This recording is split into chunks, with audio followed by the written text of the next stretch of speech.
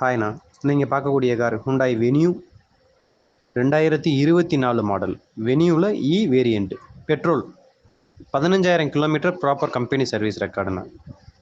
Car தெளிவாக இருக்குண்ணா.